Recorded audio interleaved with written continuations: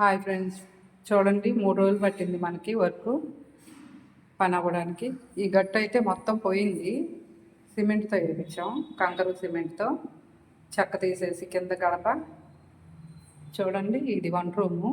అక్కడ చిన్న డబ్బాలు పెట్టుకుంటాం కదా, పోపు డబ్బాలు.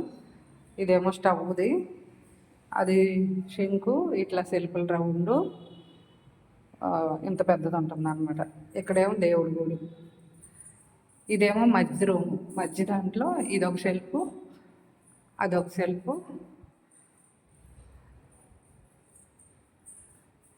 ఇదైతే హాల్లో టీవీకి, ఇక్కడ ఏమన్నా బుక్స్ పెట్టుకోవడానికి ఒకటి అల్మరా.